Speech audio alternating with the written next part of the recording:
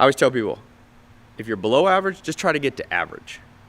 People try to go from below average income to wealthy. No, just try to step by step. That's also P. P is patient, practical, patient. Welcome to today's training. Today is a wealth day. So we're gonna be training on wealth, 3 things today. Number 1, wealth. Number 2, your practical skills. So the P part of your personality. And then the third thing we're gonna be doing is managing your money. Wealth. First thing that I'd like you to remember is that almost everything you ever heard about money isn't true. So if you want to make money, you got to reprogram your brain a little bit. The first way that I would reprogram my brain is remember when people, you might have heard, depending on the religion you grew up with, that money is the root of all evil. But if you really think hard about money and you look at statistics around the world, wherever there's poverty, that's where there's the most crime, the most injustice. That's been proven over and over again. So on this first concept of wealth, if you can really get in your brain that if you can use wealth correctly, you'll do a lot of good in the world. This will free you up from guilt trip, self-destruction. It'll keep you from the path that most people go on, which is to just make enough money that they can provide for themselves, but they can't help other people. So that's the number 1 principle. This is just a general principle. If you want to train your brain, you want to train your brain around these conscious kind of cues that hold us back, subconscious cues. And that's by far the biggest one.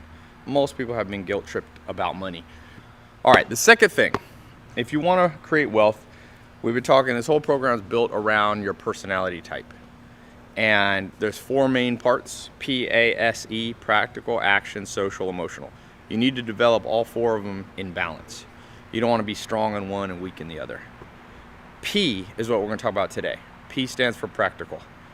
And if you're watching this, you'll know that you're a P person if you really, routine comes easy for you, math comes easy for you, doing your taxes and accounting comes easy for you, in the sense that you don't mind sitting in one place and thinking things through. You're a P if you don't mind routine. You don't mind setting a date 3 weeks ahead of time for a dinner, a dinner reservation. If you don't have much P, everything I just mentioned, you'll struggle with. And one of the goals is to strengthen your weaknesses, make your strengths even stronger, and then of course learn all these practical things.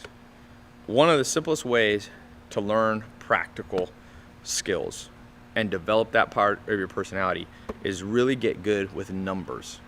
And this, by the way, of all the wealthy people I've ever met, and I just got to spend this week some time with Elon Musk, every one of them, when you talk to them, you don't talk for very long before some number comes up.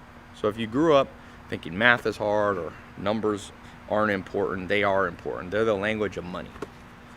Well, I'm gonna do a little drill, just a practical thing, and you can do something like this. You don't have to do it with basketball.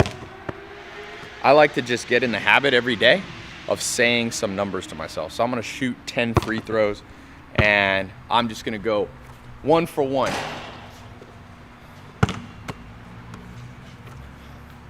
One for 2, 2 for 2. Missed. 2 for 3. 3 for 4. Now what am I doing? I'm holding different numbers in my head, and that's very important. Even though it's not super calculus or anything, it's developing that part of your brain that get good at numbers. And don't ever let somebody trick you. You have to be decent with numbers to create wealth for yourself. 4 for 5. 5 for 6. Ooh, lucky dropped in. 6 for 7. 7 for 8. Oh, lucky me. 8 for 9. The most important thing is not whether you're making them or not. Are you holding the numbers in your head? Got a little helicopter come. Oh, didn't focus at the end. 8 for 10.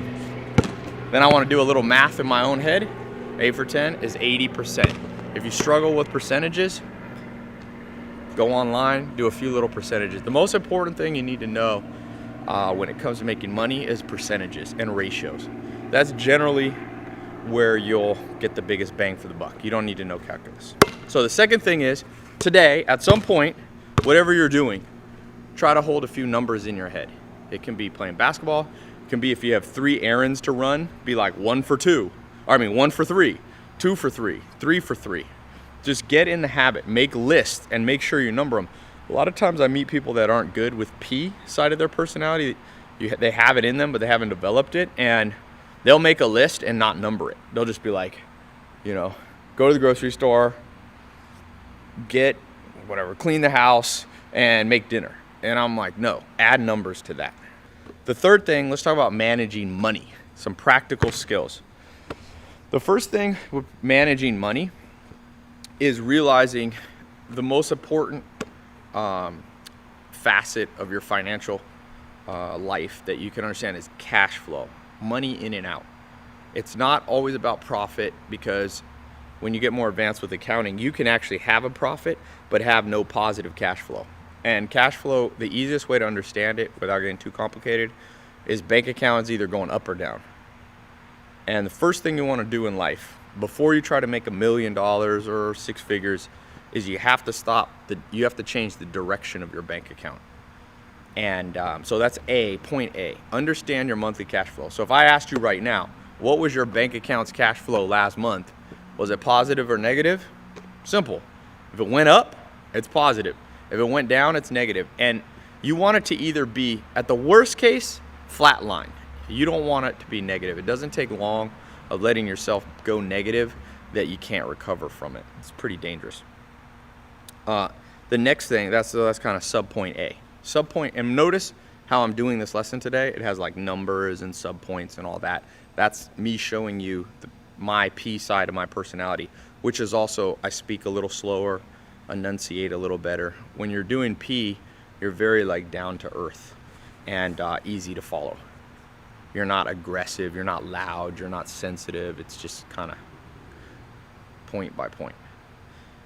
So the first one, point A, is understand your cash flow direction. Up, down, or flat line. Flat line means it just stayed the same. Try to not have it flat line for too long. Point B, you have to have what I call an opportunity fund. Open a savings account or another checking account and literally go into your online banking and change the name to opportunity account, and every month put some money in there, because if you don't, I've made this mistake, miss out on buying awesome things, Maxim magazine, basketball teams, all this stuff, when you don't have any cash left aside. And some people call it a savings account. I don't like savings account just because nobody likes to save, but everybody likes opportunities. So you have to understand your psychology. By calling it opportunity fund, for me, I'm more likely to put money in because I don't want to miss out on opportunities. Every month, I would say, ideally, try to take 1% at the very minimum of what you make. So that doesn't sound like very much, but at the beginning, you're just trying to get in a habit. So if you make $3,000 a month, 1% of that is $30. Everybody can do that. And the reason I say 1% is in the United States, that's the average savings rate, 1%. So I always tell people, if you're below average, just try to get to average. People try to go from below average income to wealthy. No, just try to step by step. That's also P. P is patient, practical, patient. So 1%. Every time you get a paycheck, however much it is, $1,500, put $15. You make $10,000, put $100.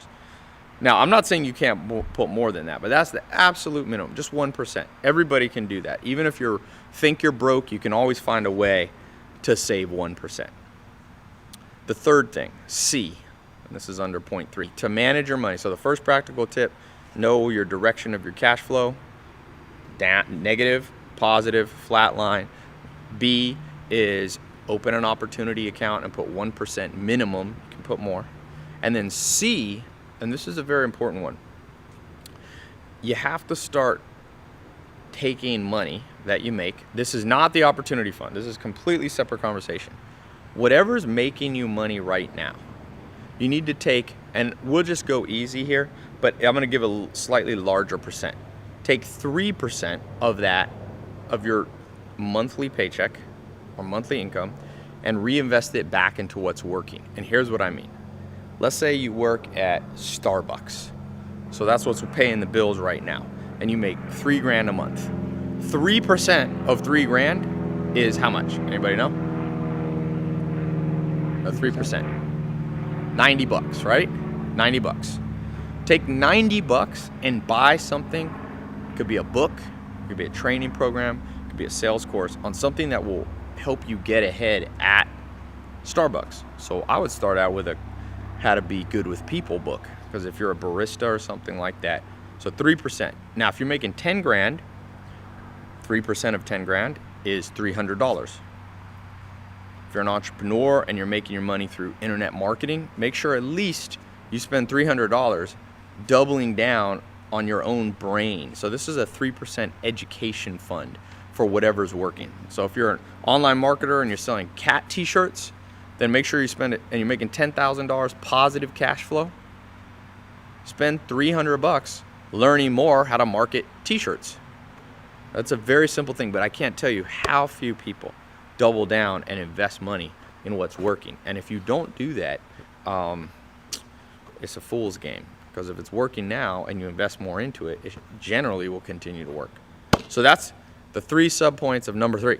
So I gave you a lot of points today. Okay, till tomorrow, talk to you soon.